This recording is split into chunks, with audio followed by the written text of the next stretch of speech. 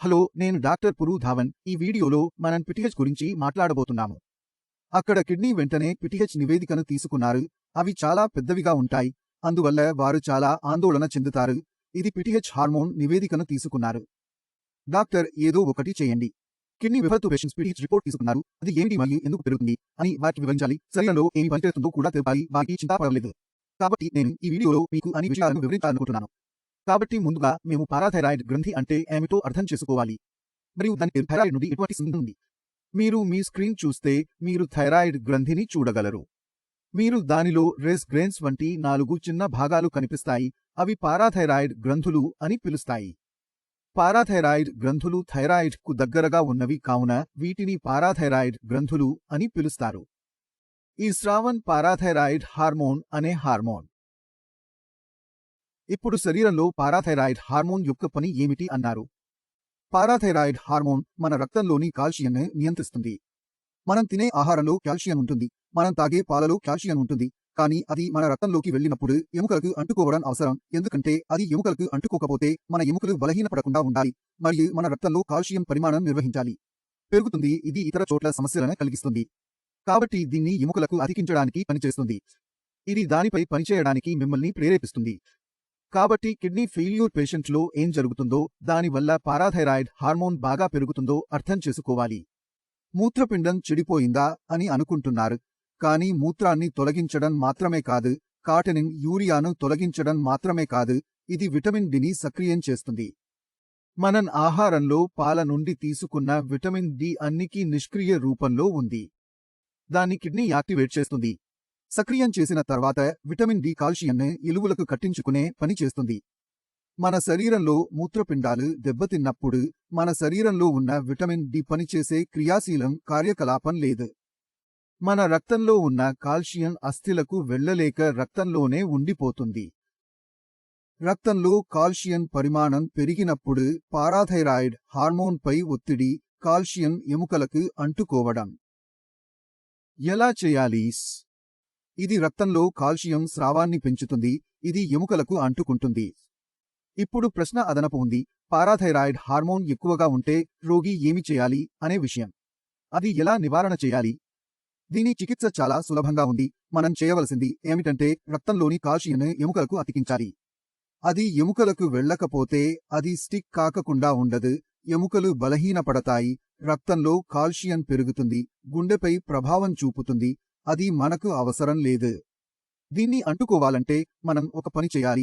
మన శరీరంలో మూత్రపిండాలు దెబ్బతినడం వల్ల విటమిన్ డి యాక్టివేట్ కాలేదు.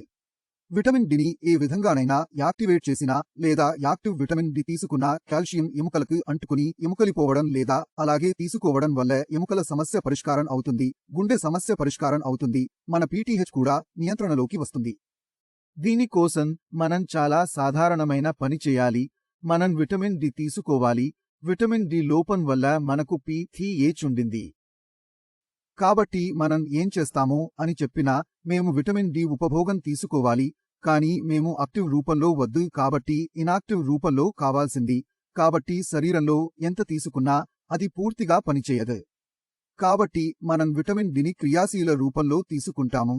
మార్కెట్ నుండి సాచెట్లు లేదా చుక్కలు వచ్చేవి, వీటిని క్రియారహిత రూపంలో ఇవ్వకండి. మూత్రపిండాల రోగికి ఇది సరైనది, కానీ మూత్రపిండాల రోగికి మేము ఇవ్వాలి. రెండవసారి విటమిన్ డి, దీనిని మనం కాల్సిట్రోల్ అని పిలుస్తాము. కాల్సిట్రోల్ విటమిన్ డి యొక్క క్రియాశీల రూపం, కాబట్టి మూత్రపిండాల రోగులందరూ రక్తంలో కాల్షియం అయిన కాల్సిట్రోల్ తీసుకున్నప్పుడు ఎముకలకు అంటుకోవడం ప్రారంభిస్తారు మరియు పిటిహెచ్ నియంత్రణలోకి రావడం ప్రారంభిస్తారు. కిడ్నీ విఫలతలో ఉన్నారా మీరు? మీ పీటీహెచ్ పెరిగినట్లు కనిపించితే చింతించవద్దు. థైరాయిడ్ హార్మోన్ల గురించి మరొక పెద్ద గందరగోళం ఉంది. థైరాయిడ్ టెస్ట్ చేయించుకున్నాడా లేదా అని రోగిని తరచుగా అడుగుతుంటాం, మరియు తరచుగా అతను పారాథైరాయిడ్తో గందరగోళానికి గురవుతాడు. పారాథైరాయిడ్ హార్మోన్ల పని ఏమిటి అంటే రక్తంలోని కాల్షియం ఎముకలకు అంటుకోవడానికి సహాయపడటం. కానీ పారాథైరాయిడ్తో పోలిస్తే మన థైరాయిడ్ హార్మోన్ చాలా పెద్ద పాత్ర పోషిస్తుంది. కానీ పారాథైరాయిడ్కి తులుమాలు కలిగి ఉన్న పోషకాహారం చాలా మంచి పాత్ర పోషిస్తుంది. దాని ప్రాముఖ్యత చాలా ఎక్కువ. ఇది మన శరీర జీవక్రియను నియంత్రిస్తుంది. మీ థైరాయిడ్ స్థాయి బాగుంటే మీ ఆహారం జీర్ణం అవుతుంది, మీ శరీరంలో ఎనర్జీ ఉంటుంది, మీ మెదడు బాగా పనిచేస్తుంది.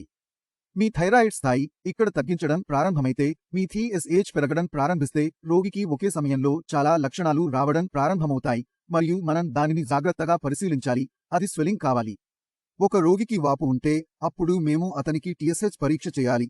ఏకైనా మీ శరీరంలో TSH పెరిగితే, మీ శరీరంలో సోమరితనం ఉంటుంది, బలహీనత కూడా అనుభవపడుతుంది, మీకు ఆలోచించడంలో ఇబ్బంది ఉంటుంది, మీ మానసిక స్థితి చాలా మారుతుంది. అక్కడ ఆందోళన, వాపు కూడా ఉంటుంది. కాబట్టి కిడ్నీ ఫెయిల్యూర్ పేషెంట్ వచ్చినప్పుడల్లా PTH టెస్ట్ చేయించుకోన్, కానీ థైరాయిడ్ టెస్ట్ చేయించుకుంటాన్. ఒకసారి చేయించుకోవాలి. మీ శరీరంలో థైరాయిడ్ సమస్య లేదు, థైరాయిడ్ సమస్య. ఇది పురుషులలో మరియు స్త్రీలలో కనిపిస్తుంది. స్త్రీలలో ఎక్కువగా కనిపిస్తుంది. పురుషులు జీవించి ఉంటారు. కానీ కాబట్టి మీరు మీ మూత్రపిండాల సమస్య ఉన్నప్పుడు మీరు మీ TSH టెస్ట్ చేయాలి. అది మీ శరీరంలో ఉన్న బలహీనతను నిర్ధారించడానికి సహాయపడుతుంది.